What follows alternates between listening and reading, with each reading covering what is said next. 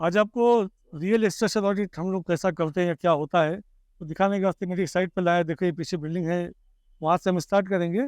वहाँ से होते हुए फिर ये सारे गालों को करते हुए और ये एंड तक जाएंगे। उसके बाद ये साइड का है, ये पूरे गाले जिनको नोटिस आया हुआ है कॉर्पोरेशन की तरफ से। तो उस नोटिस में ये रहता है कि भाई विद इन 7 डेज उनके स्ट्रक्चर ऑडिट करके सबमिट करना है रिपोर्ट और बताना है कि कंडीशन ऑफ द बिल्डिंग क्या है।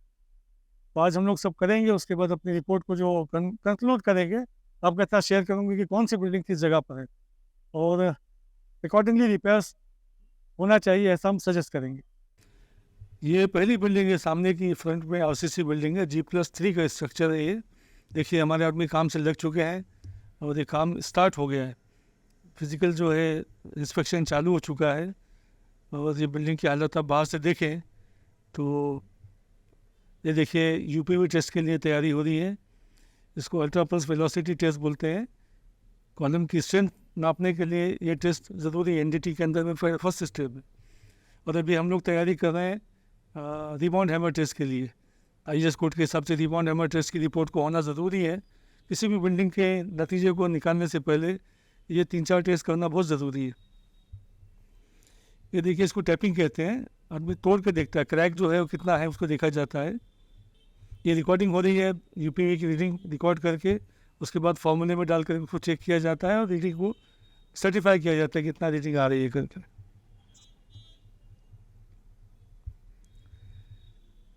मुझे तो ऐसा यहाँ कुछ दिखाई नहीं दे रहा है डेंजर, लेकिन फिर भी एज यूजुअल हमें इंस्पेक्ट करना है और कुछ ऐसा क्रैक्स नहीं दिखा तो मैं सेटिस्फाई हूँ।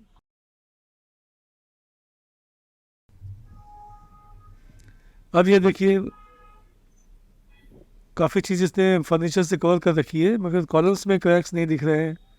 स्लैब थोड़ा सा कहीं कहीं जो फटा दिख रहा है, नॉमिनल रिपेयर्स है, इससे कोई बिल्डिंग गिरने का खतरा नहीं दिखता मुझे। हाँ ये एक चीज़ डेंजर है, इसको निकालना बहुत ज़रूरी है और इसको हम लोग सजेस्ट करेंगे कि ये आरसी जाली इसको बोलते हैं, इसको निकाल के पूरा इसी जगह एमएस की ग्रिल लगाने का सिस्टम मैंने डिस्कवर किया हुआ है बहुत अच्छे ढंग से। ये कंप्लीट इसकी पार्ट को तोड़ डाला जाएगा और तोड़ करके इसको फिर नया एमएस जाली में बना देंगे। तो एमएस जाली लगाने में फ़ायदा ये है कि उसका वेट कम हो जाता है और फिटिंग के लिए आसानी होती है और ब्यूटिफिकेशन में भी काम आता है। अब हम आ गए टेरेस के ऊपर, जैसा कि मेरा यूजुअल तरीका है वाटरप्रूफ को चेक करना। ये देखिए वाटरप्रूफ ख़राब दिख रहा है और ये टैपिंग के ज़रिए मैं चेक कर रहा हूँ कि भाई loose part of the plaster has to be checked. So it is very difficult work for an engineer to certify the building which has been constructed before years without knowing the details of the RCC foundation, column details, etc. See, if I pay 1 lakh rupees to you to plant a tree on the terrace, it won't be possible like this. But the negligence in terms of maintenance and repair has resulted this. ये देखिए plaster थोड़ा loose लग रहा है, ये इसने मेरी शंका बढ़ा दी है और मैं अब इसको खोल के देखूंगा कि भाई क्या है इसके अंदर। ये भी ठीक लग रहा है। वो क्या है, ब्रिक का जॉइंट जो है वो पूरा क्रैक बैठा हुआ है, ब्रिक और आरसीसी बीम का joint. Truly speaking water tank हमको चेक करना है। अब ये देखिए रास्ता मतलब बहुत ही तकलीफ दे लेकिन जाना ज़रूरी है। और ये वाटर टैंक निकाल के इन लोगों ने 2 पानी की टाँकियाँ रखी हुई हैं, ऑलमोस्ट 2,000 लीटर की टाँकी है। ये कॉलम बिल्कुल डिटोरिएट हो चुका है। आई थिंक इसको रखना अच्छा नहीं होगा। ये देखिए इसका स्टील कितना मजबूत है, देख लीजिए, जंग खा के एकदम ख़राब हो चुका है। तो इस पर कुछ टेस्ट करने की ज़रूरत ही नहीं। आई कैन ईजली कंक्लूड कि ये ख़राब हो चुका है और इसको या तो रिप्लेस करना है या तो रिनोवेट करना है। ये देखिए this is called spawning of the concrete. Concrete जो है स्वर्ण होकर के निकल गया, उसके देखिए स्टील का पूरा पोर्शन जो उसके साथ में लगा हुआ है। तो कोरोजन की अटमोस्ट जो फॉर्म होती है उसके वो फॉर्मेशन हो चुका है स्टील के अंदर में। It is mainly because of the water leakage from the top. The parapet wall built in RCC, ठीक है अभी तो काम चल जाएगा मगर देखेंगे हम इसको क्या करना चाहिए। Plaster has gone, has to be removed and replaced, नया प्लास्टर करना पड़ेगा, ये हम सजेस्ट करेंगे अपनी रिपोर्ट में। ये देखिए एकदम लूज हो चुका है। If you look at the columns, it is been deteriorated, column needs to be repaired properly. Column में अच्छा खासा क्रैक मुझे दिखा, आई एम नॉट सेटिस्फाइड कि ऊपर की चीज़ें अच्छी हैं। आप ये देखेंगे कि बिल्डिंग का असेसमेंट करने के पहले मुझे सब चीज़ देखना ज़रूरी है। तो ये कॉर्नर में देख रहा हूँ कि यहाँ पे क्रैक बैठा हुआ है, mainly because of water. Bottom is also damage. और बोलते हैं ना, आग हवा और पानी से नहीं खेलना, तो ये पानी से बिल्डिंग को बचाना बहुत बड़ा काम होता है। अगर हम ध्यान नहीं देंगे तो उसके काम बिगाड़ देता है पानी। ये अब हम चलें दूसरे स्ट्रक्चर जो ग्राउंड फ्लोर के हैं उनको देखने के लिए। मेरी टीम ने ऑलरेडी देखा हुआ, बट एक नज़र मुझको दिखाना चाहती है। हमारे इंजीनियर जबर ने कोऑर्डिनेट करके दिखाया मुझे पूरा, और इसमें कोई ज़्यादा मैक्सिमम काम नहीं दिख रहा। चूँकि ग्राउंड फ्लोर ही रहता है, उसके ऊपर कुछ अपर फ्लोर में लोड नहीं होता है। यहाँ पे एक नई चीज़ देखा मैंने, प्रिंट सेटलमेंट। देखिए आप, ये क्रैक दिख रहा है, लादी पूरी टूट गई है।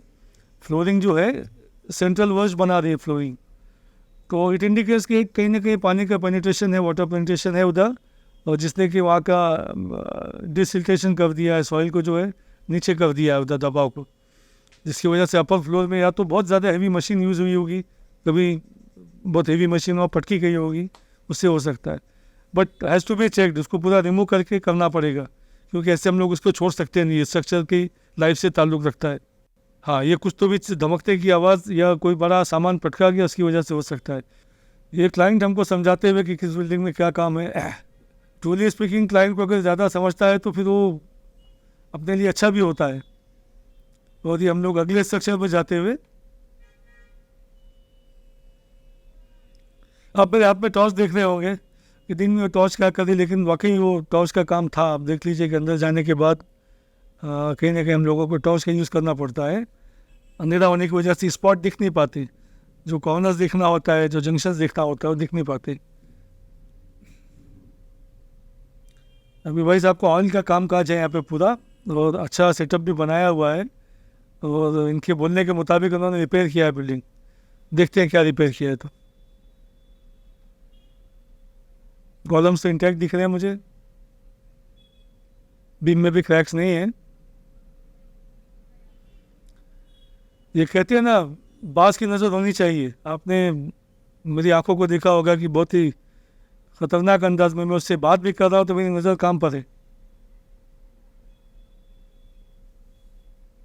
मैं चाहता हूँ जो लोग मुझे देख सुन और समझ रहे हैं, मेरे इस स्टाइल को कॉपी करें तो अच्छा लगेगा, मुझे खुशी होगी, क्योंकि अलग स्टाइल है। देखिए, मैं गुम कहीं हूँ, लेकिन नज़र मेरी सिर्फ मिस्टेक देख रही है। आदमी कितने भी अपने काम से हटना नहीं चाहिए, मेरा कंसंट्रेशन वही है। देखिए, लाइट का काम समझ में आया, मैंने लाइट क्यों यूज़ की थी, टॉर्च। अभी अंदर अंधेरे में दिखाई देता नहीं, अभी रस्टिंग टू द स्टील है पूरा।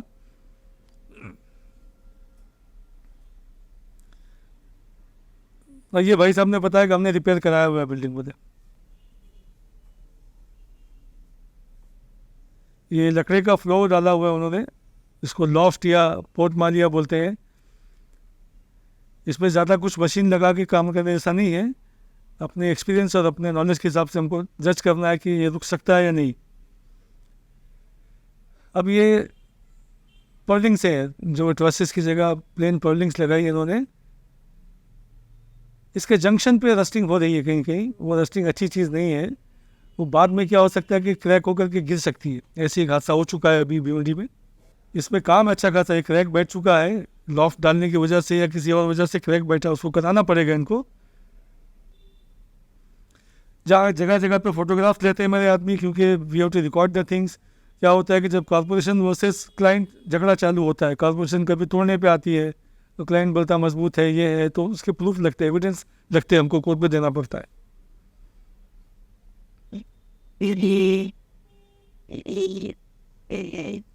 ये देखिए जॉइंट, मुझे कुछ उस पर काम करने को बताऊंगा बाद में मैं क्या है। और सबसे बुरी चीज़ जो मुझे लग रही है कि पर्निंग्स के ऊपर में MS जो एंगल है उसको कलर नहीं किया इन्होंने, बजाय इसके उसके ऊपर लाइम का छींटा दिख रहा है। चूना जो बोलते हैं लाइम है, जहर होता है स्टील के लिए, डायरेक्ट उसका कांटेक्ट नहीं होना चाहिए, कार्बोनेशन स्टार्ट हो जाता है स्टील के अंदर में।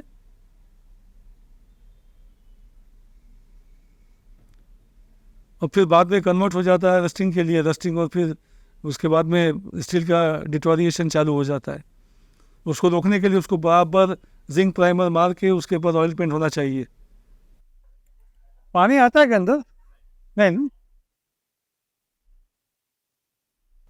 ये देखिए फुल अंधेरा है, मुझे टॉर्च कितनी काम आ रही है, मुझे एक एक चीज़ दिख रही है इसके अंदर में। हाँ, लाइट चालू किया इन्होंने। ये भी एक ग्राउंड फ्लोर का स्ट्रक्चर है, एडजॉइनिंग बिल्डिंग को बन के रख के बना हुआ है, बट क्रैक्स आ चुके हैं। जो वॉल एक्सटेंशन वाली उसने अपना जगह छोड़ना चालू कर दिया है, उसमें एयर गैप्स आ गए, एयर गैप के बाद वैक्यूम क्रिएट हो गया है। ये देखिए जॉइंट छोड़ रहा है।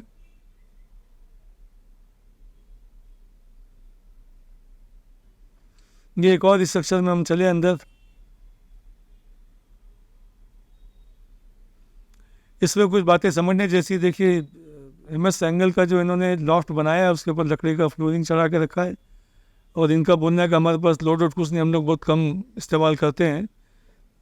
बहरहाल हम ये तो अज्यूम नहीं कर सकते कि भाई पर्टिकुलर यूज़ क्या करेगा वो। इसमें सैगिंग देखी गई है कहीं कहीं, मैं उसको नोटिफाई करके दिया है मैंने बाद में। अब ये जैसे लॉफ्ट तैयार किया इसने, वो हिसाब से मतलब उनके हिसाब से बहुत कुछ सही है, लेकिन इंजीनियरिंग के हिसाब से इसमें कुछ मिस्टेक्स हैं, और जिसको कि पॉइंट आउट करना हमारा फ़र्ज़ है, और हम उनको बताएंगे। ये मेरा जंप करना आपने देखा होगा ना, इसमें हम लोग देखते हैं कि वाइब्रेशंस कितना है, या जंप करने के अंदर में उसमें सैगिंग की पोजीशन बनती है नहीं। एक्चुअल में ये अंदाजे पर ही होता है, कोई इसका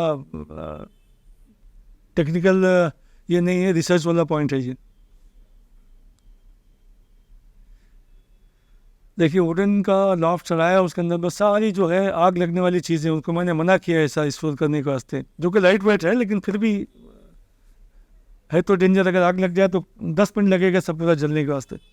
और ये अपन लोग लास्ट में ऐसी जगह हमने भी देखी कि जहाँ अपने शेड के अंदर में गाड़ी पार्किंग करते हैं। भिवंडी में ऐसा नॉमिनल कभी देखने मिलता नहीं है, वो शौकीन आदमी का गाला है।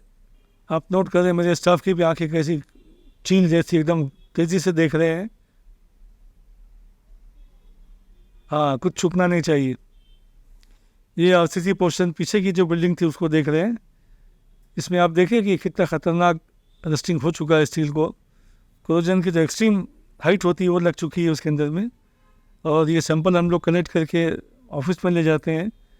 इसमें लैब टेस्टिंग का प्रोविज़न रहता है, लेकिन क्या है कि इतने शॉर्ट पीरियड में सब कुछ करना ये सही नहीं रहता है।